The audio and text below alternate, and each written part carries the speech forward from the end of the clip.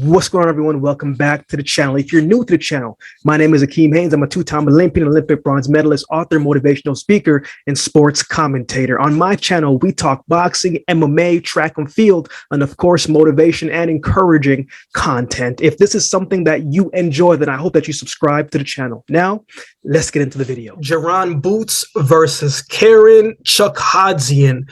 Hopefully I pronounced that one right, but this is the co-main event right here for the Gervonta Davis and Hector Garcia main event.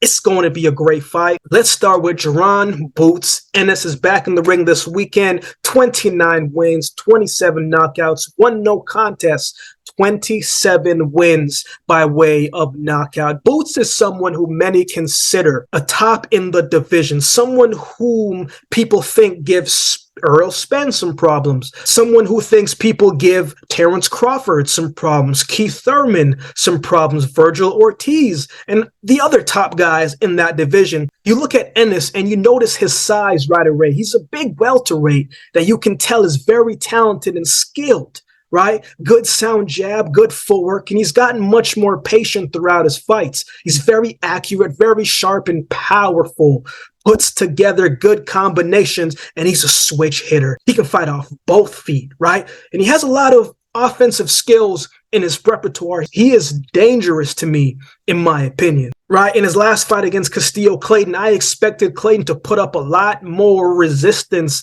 in that fight, but it just didn't really look like he wanted to be there too much. And that is a testament of the threat that Boots is. This guy really sits on his punches, and he's very accurate. Not a lot of wasted motion, right? Like he's an imposing figure, and he can do a lot of very good things, especially at his size, that makes him even that much more dangerous. I thought his best performance, in my opinion, was against Sergey Lipinets, a former champion, someone who's been in there with guys like Mikey Garcia, Lamont Peterson, and someone who's got a lot of experience in championship rounds and championship fights. You would have thought that he was going to put up a lot more resistance against Ennis, that he was really going to test Ennis until they got into the ring, and that's not the case. I didn't get that because Ennis just picked him apart all night. He jabbed him to death in the first round, started to counter him in the second round, started to hit the body in the third round, and really started to connect with his power shots in that round.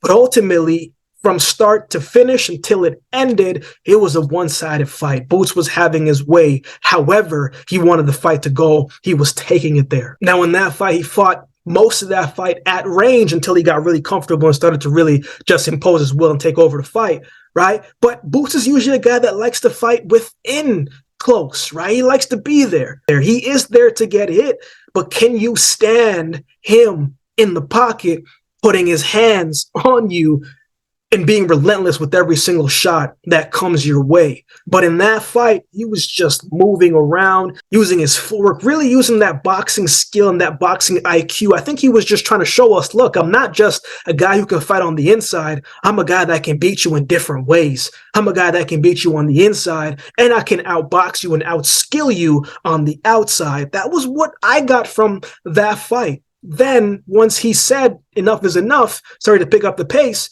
it was over from then. I don't think there is an offensive tool that this guy does not have, right? But in my opinion, he hasn't been tested yet.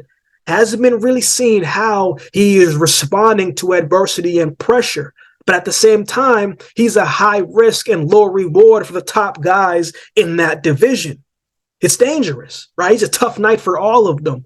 I'm sure he will be looking to continue to prove that. I'm sure he will be looking to make a statement here. And I think he needs to have a big year this year, in my opinion. I hope he does. But he first has to start this weekend against Karen Chukhadzhian, which is who we will talk about next. He's coming to this one with a record of 21 wins, 1 loss, 11 wins by way of knockout. He's coming in with a lot of momentum. He was victorious in each fight last year, winning both by way of knockout.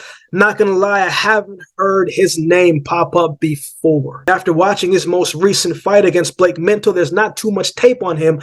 I think he's got some skill. Looks like a natural counterpuncher to me, using his opponent's momentum and over-aggression to his advantage before catching them coming in, right? He doesn't throw a lot of jabs, though, doesn't throw a lot of punches in the rounds either. He seems like a timing guy to me. He has pretty good footwork, right? He's got good head movement as well. He's not a guy who likes to fight on the inside, or I don't think will have a lot of success fighting on the inside. He wants to keep that at a distance where he can have the freedom to kind of stick a move as he pleases, right? He isn't a guy you can just come in overly aggressive towards, because he has good hand speed. He'll make you pay. Against him, you're going to have to be able to cut off the ring because he's high movement, and he can do that for 12 rounds. I wouldn't say he has a lot of pop in his shots, and that could be a problem in keeping Boots off of him, but I don't think he's a terrible fighter as people might say or might think. I think he's technically sound, so it should be interesting to see how he handles this fight in this moment, because this is a big moment. This is a big stage for him. This is a very big step up in competition for him against Ennis. So who wins? I think Boots gets the stoppage, and I think Boots wins by stoppage, but I don't think it happens early. I think it takes a little bit of time for it to transpire, maybe the 6th or the 7th round. If Chukhadzhian can stay within his game plan, and Boots comes in the aggressor, which is highly probably, I think he might be able to steal some rounds and have some decent success early. But I just don't think he has enough to be able to evade Boots for 12 rounds, nor do I think he has enough offensive skill to slow Boots down, in my opinion. So I have Jaron Ennis winning this one by TKO or stoppage. What are your thoughts on this fight? Who do you have winning this fight? Let me know in the comment section below. If you would like to support the channel, there's a couple ways that you can do so. You can like, comment, share, and subscribe to the channel. If you would like to support by way of donation, you can find options in the description below. Also, my Cash App handle will be on screen as well. Any amount goes towards the growth of this channel and will be greatly, greatly appreciated. So with all that being said, if you've been watching the video this time, do me a favor and subscribe to the channel, and we'll definitely see you next time.